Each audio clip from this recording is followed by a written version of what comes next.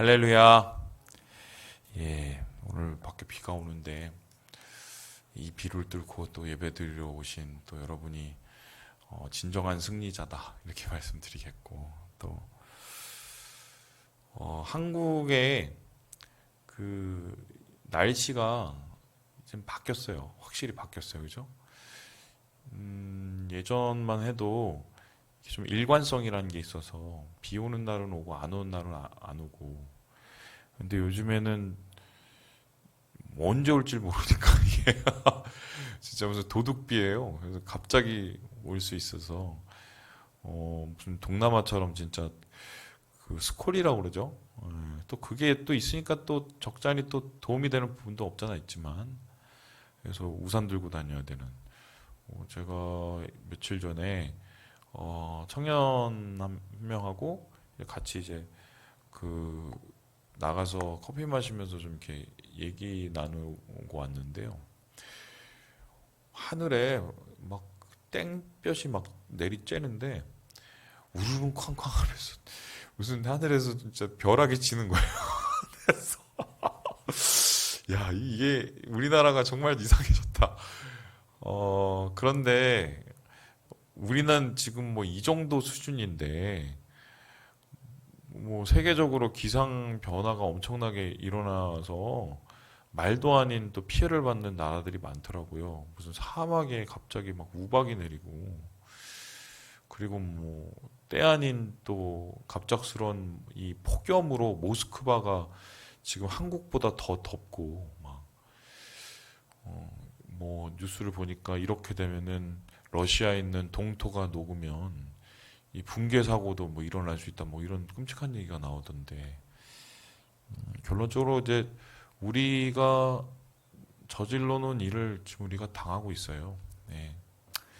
그 너무 무분별하게 자원을 사용하고 또 지구가 뜨거워졌음에도 불구하고 우리가 이 욕심을 위한 개발을 멈추지 않아서 지금 뭐 몸살을 앓고 있는 거죠. 한마디로 지구가.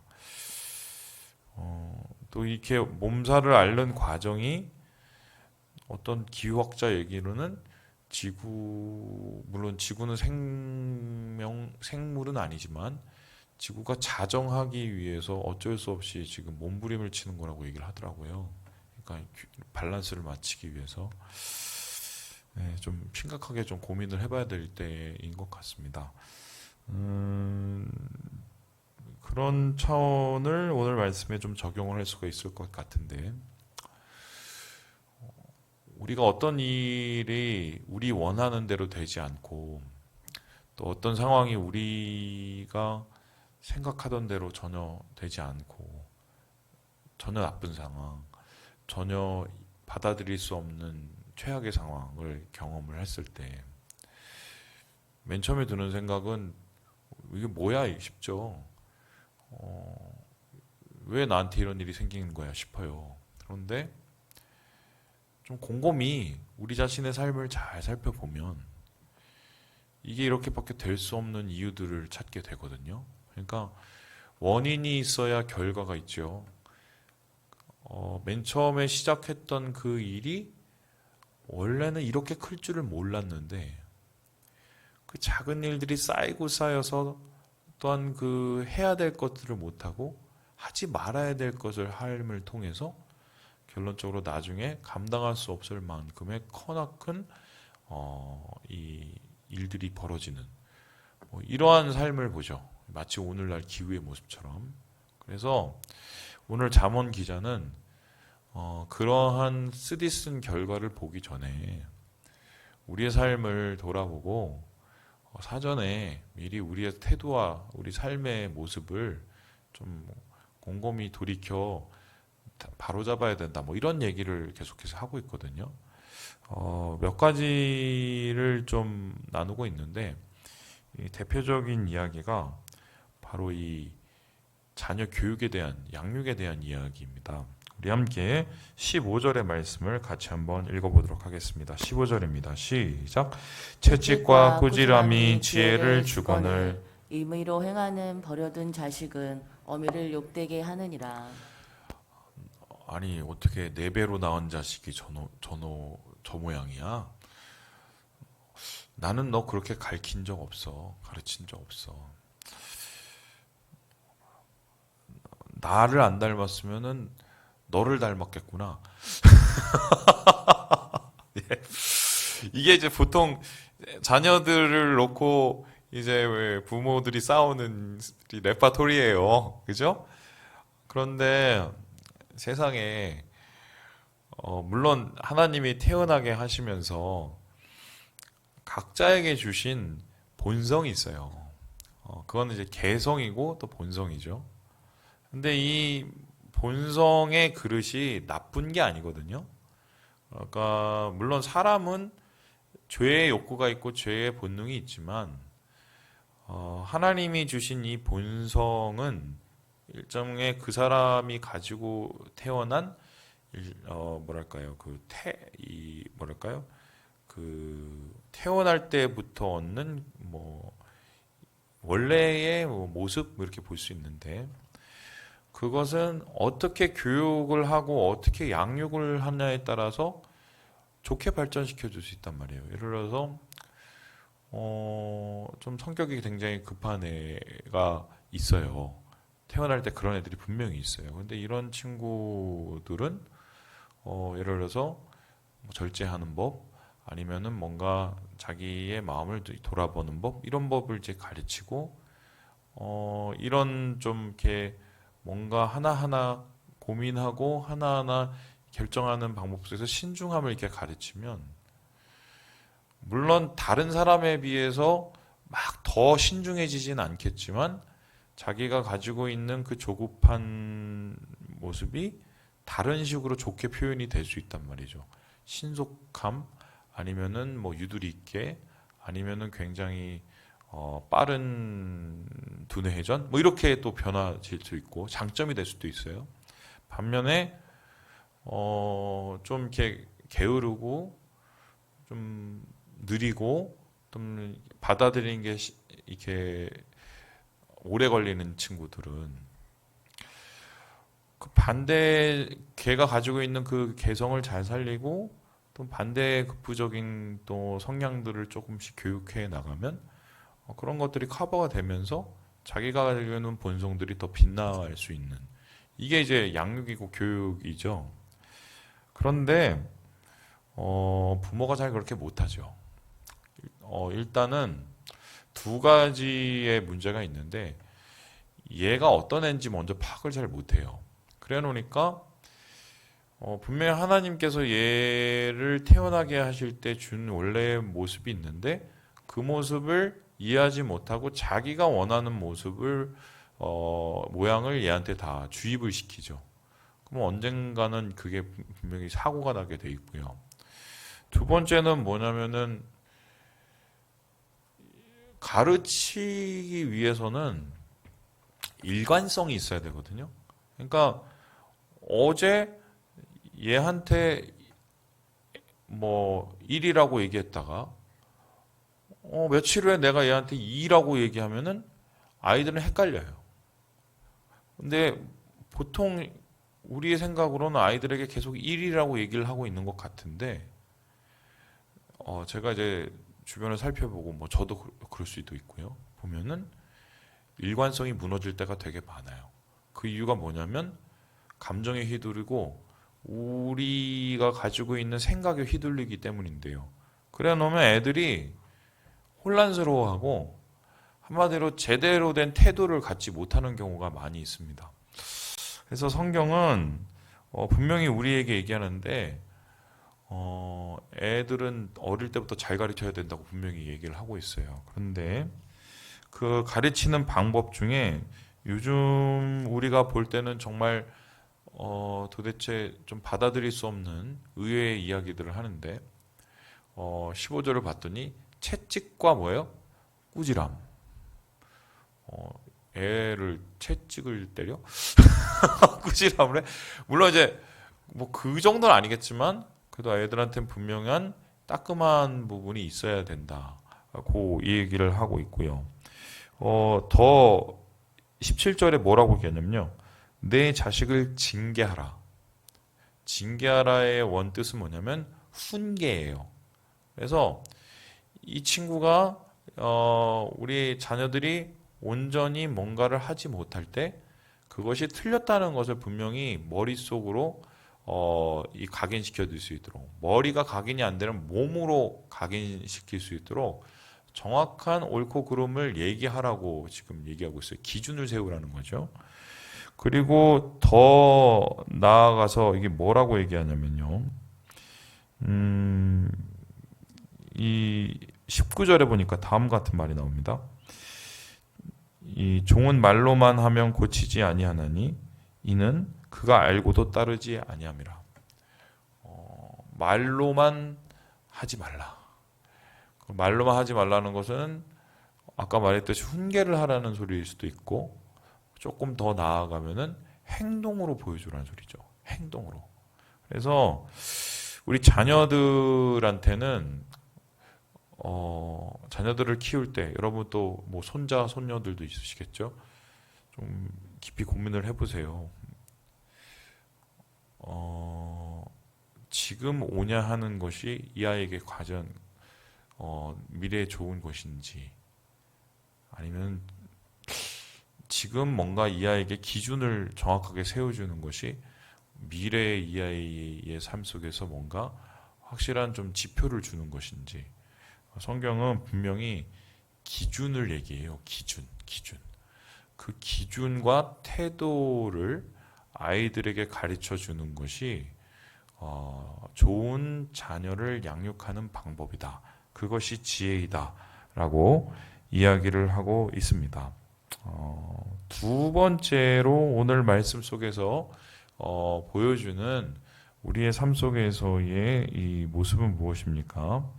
우리 함께 16절의 말씀을 같이 한번 읽어보도록 하겠습니다. 16절의 말씀입니다. 시작.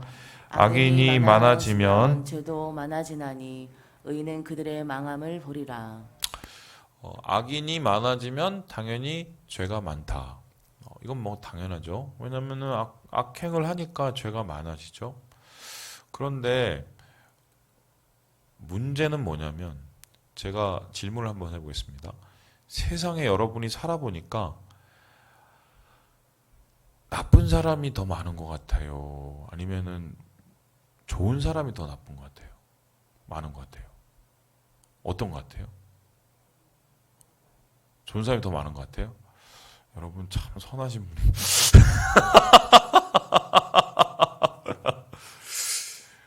저는 요즘에 뉴스를 보면서 정말 막 이 살맛이 안 나요.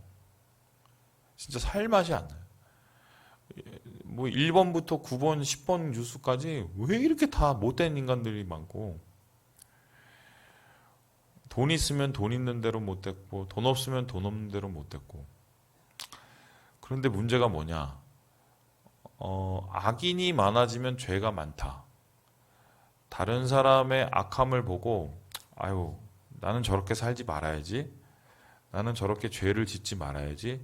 사람들이 이렇게 생각 안 해요. 저 사람도 저렇게 죄를 짓는데 아무렇지도 않게 잘 살잖아. 저 사람은 저렇게 나쁜 짓 많이 하는데 오히려 뭐 떵떵거리고 사네. 똑같아져요. 그래서 저는 요즘에 뉴스가 문제가 많다고 요즘 생각을 하는 게, 좀 선별해서 좀 얘기했으면 좋겠어요. 왜냐하면 왜 뉴스가 점점 이렇게 난폭해지고 잔혹해질 수밖에 없느냐? 여러분 생각해 보세요.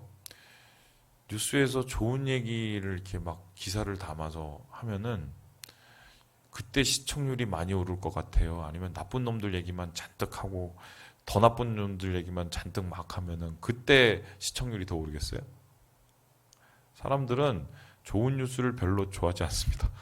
그러니까 시청률을 높이려고 얘네들도 일종의 쇼를 하는 거예요. 자극적인 내용들을 계속해서 언급을 보내게 되거든요. 근데 그런 거를 보고 우리 아이들이나 우리 뭐 자라나는 세대들이 뭘 생각하겠냐고요. 가장 대표적인 예가 예전에 이 청소년들을 대상으로 설문조사를 했어요. 뭐 그 당시가 벌써 한 20년 전인가요? 돈을 10억을 벌 수가 있는데 죄를 져야 돼요. 그래서 죄를 져서 깜빵에 갈 수도 있어요. 그런데 너는 그 죄를 짓겠냐 안 짓겠냐를 가지고 설문조사를 했어요. 그러니까 요즘으로 말하면 20년 전이니까 한 50억이라고 한번 쳐봅시다. 50억을 줄 건데 죄를 짓고 깜빵을 가겠니? 아니면은 죄 안 짓고 50억 안 받겠니? 64%인가 막 그렇게 기억하는데 청소년들이 죄를 짓고 10억을 벌래요 라고 얘기했어요. 악인이 많아지면 죄가 많아지죠. 악과 죄의 이 한마디로 그 영향력, 그 파쇄력이 늘어나게 됩니다. 그런데 분명히 이것은 우리가 살고 있는 잘못된 세상이거든요. 근데 이 세상에 대해서 성경은 뭐라고 그러냐면 그래도 결론은 그들은 망한다예요. 근데 그들이 망하는 것을 보는 사람은 누구냐? 누구예요? 의인이에요. 그러면은 이 세상 끝에서 결론적으로 마지막에 서는 사람은 누굽니까? 의인이 남는 거죠. 그러한 측면에서 더 이렇게 확실하게 하는데요. 18절을 우리 같이 한번 읽어보도록 하겠습니다. 18절 말씀입니다. 시작. 묵시가 없으면 백성이 방자히 행하거니와 율법을 지키는 자는 복이 있느니라. 왜 사람들이 자꾸 엉망진창으로 망가지고 세상이 왜 이렇게 점점 악해질까? 묵시가 사라졌기 때문이다. 율법이 희미해졌기 때문이다 라고 얘기합니다. 율법은 뭡니까? 세상을 살아가는 기준이죠. 이렇게 살아가면은 틀리고, 이렇게 살아가면 맞고, 이렇게 살아가면은 나쁘고, 이렇게 살아가면은 선하고, 이거를 가르치는 게 율법이에요. 묵시는 뭡니까? 하나님의 계시죠? 하나님의 말씀이에요. 하나님께서 오늘 우리의 모습을 보시고 어떻게 진단하시는지 말하는 것이 계시와 묵시고, 이렇게 계속 살아가면 내일 혹은 몇 년 후 혹은 몇십 년 후에 이 세상이 어떻게 될지, 내 모습이 어떻게 될지를 예고해 주시는 것이 계시이자 묵시입니다. 그러니까 우리의 삶 속에서 이 죄악에 흔들리지 않는, 그리고 우리가 복된 의의 길을 걸어갈 수 있는 이유는 주의 법, 주의 말씀이 우리 가운데 있기 때문이다. 그러면 이와 같은 것을 세상에 적용해 본다면, 여러분 지금 세상이 점점 악해지죠? 제가 대학교 때만 해도 그런 게 있었어요. 그 부끄러움이라는 게 있었어요. 그때는 왜냐면 이제 제가 학교에 가면은 운동권 애들이 있었단 말이에요. 운동권 애들이 뭐 이념, 이데올로기, 뭐 그게 옳은 건 아니죠. 그런데 이런 게 있었어요. 예를 들어서 뭐 막시즘, 마르크시즘 이런 거죠. 홍산주의. 그런 거 애들이 사상이 굉장히 좀 위험한 건 사실이었는데 걔네들의 장점도 있었어요. 그 뭐냐면 그래도 뭔가 양심을 지키려고, 약자들을 돌보기 위해서 살아야 된다는 그런 생각은 걔네들한테 있었단 말이에요. 그나마 그런 생각들 때문에 그 자기의 행동과 세상의 행동에 대해서 그 잘못됨을 부끄럽게 느끼는 마음들이 그때는 있었어요. 근데 대학교에서 그 이데올로기가 다 무너지고 운동권 애들이 다 싹 빠지고 나서 그 이념을 대신하는 것이 아무것도 없어졌어요. 그리고 뭐가 나타났느냐? 완전한 이기주의, 완전한 개인주의가 대학교를 완전히 휩습니다. 대표적인 경우가 뭐냐면요. 제가 저기 군대 가기 전에는 이렇게 학교 노트를 이렇게 강의 노트를 쓰잖아요. 근데 뭐 어떻게 하다가 보면 이렇게 몸이 안 좋다던가 아니면 뭐 무슨 일이 있다던가 그러면 이렇게 빠질 수 있단 말이에요.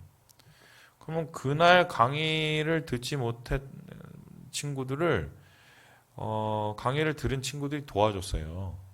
자기 노트를 빌려줬어요. 야, 이거 있으니까 이거 한번 써. 그리고 뭐 물어보면 가르쳐주고. 제가 제대를 하고 군대 뭐 2년 몇 개월, 3년 갔다가 돌아왔더니 노트를 안 빌려줘요. 노트를 안 빌려주고 심지어 선생님이 뭐 이거를 분명히 알려라. 그리고 뭐 아니면은 뭐 숙제가 여기까지고 과제가 이렇고 아니면은 뭐 어디에서 시험이 나오고 뭐 이런 얘기를 하는 거가 있거든요. 그런 얘기도 잘 안 해줘요. 성적 지상주의, 무한 경쟁주의, 그리고 막 극단적인 개인주의.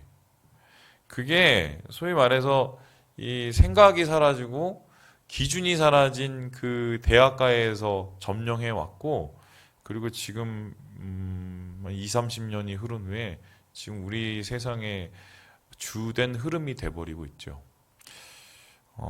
예수 믿고 살기가 그래서 더 어려운 세대가 되었습니다. 그러면 이 세대 가운데 우리가 무엇을 기억해야 될까? 바로 하나님의 말씀의 기준을 버리지 말고 살아가는 삶이 우리의 영혼을 지킨다는 확신을 가지고 살아야 돼요. 그래서 이에 대해서 오늘 무엇이라고 얘기하고 있습니까? 우리 함께 26절을 읽고 마무리해 보겠습니다. 26절입니다. 시작. 주권자에게 은혜를 구하는 자가 많으나 사람의 일의 작정은 여호와께 말미암느니라. 하나님이 우리의 처음과 나중이 되시고 우리의 모든 것을 주관하시고 그래서 우리를 이끄시는 분이시기 때문에 주님을 의지하고 주님이 원하시는 바를 위해서 살아가는 삶이 제대로 된 삶이라는 그런 확신을 가져야 우리의 삶의 최종적인 목적지가 흔들리지 않고 또한 최종적인 족창지가 하나님 안에서 은혜로운 곳으로 마무리될 수 있다. 이렇게 성경이 이야기하고 있습니다. 예, 말씀을 마칩니다. 혼란하죠. 참 혼란한 세상입니다. 혼란할수록 어두울수록 별빛은 더 밝게 빛나고 그리고 날이 어두워질수록 새벽은 가까이 오고 있다. 여러분 기억하시고 주님 안에서의 이러한 의의 길을 포기치 마시고 오늘도 한 걸음 한 걸음 걸어가시는 우리 사랑하는 주의 백성 되시길 주님의 이름으로 축원합니다.